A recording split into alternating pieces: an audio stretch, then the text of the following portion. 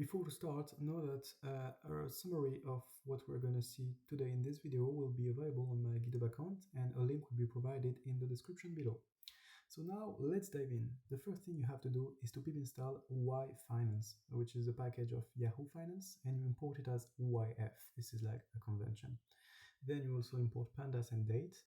So we're going to see the most basic way to download data. So let's say you want the data of Apple. So you will call the function download of Yahoo Finance, and if you look at the documentation, you will see that the only mandatory argument is the ticker. But actually, if you just put the ticker as an argument, I think ticker of Apple, this one, and you print your data frame, because Yahoo Finance always return data frame, you will see that you will have by default daily data over the maximum period of time. So this is what we see here. This is the progression bar. We can delete it through this argument, progress false, because yeah, this is just a detail, but still I think this is useful. The prices and the information will always come this way: close, high, low, open, and volume. And as you can see here, we have the maximum value possible for Apple, or the Apple stock, till now.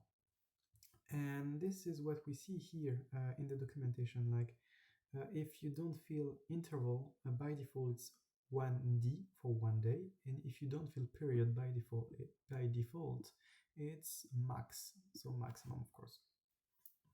So now let's be more precise and let's determine the value we want over a certain period and over a certain time frame. So let's say we want an interval, so a time frame of 1 minute. We want really something precise.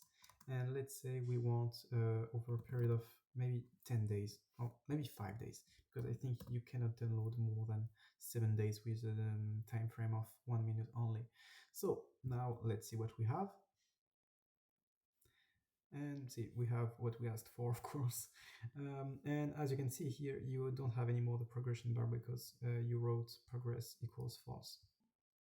So now if you want to download more than one stock, of course you can do this. You can multiply this line and write this, but something more easy is just to write all the symbols in a list like this. And so let's say we also again want Apple, and we want, let's say, a Microsoft. I think Microsoft is this sticker. So, and instead of Apple only, you will write the list, so symbols, and you will see that you will have a data frame with the data for the two symbols, yeah, here. Now let's see another way to download data, because till now what we've done is that we asked Yahoo Finance to give us the data till now. But what we want to do now is to download from a precise date to another precise date. So let's say we want to start downloading our data from the 1st of January 2024. So we write the date in the following format, and we want to end the download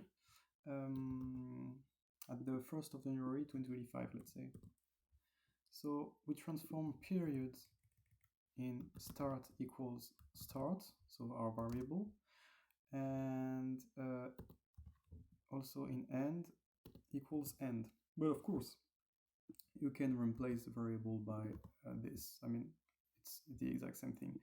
And as I download a high amount of data, I have to change the time frame. Here I increase to 1 hour. Let's run this. And as you can see, it's magic. We have this. So the last thing I want to show you is how to register your data. So you can register them through CSV file.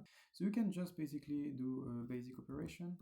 So you write apple.csv to CSV, sorry, and you write the name of the CSV file. Let's say apple.csv, and you can write index equals true, of course. And as you will see here, I already downloaded it somewhere. But yeah, it's here.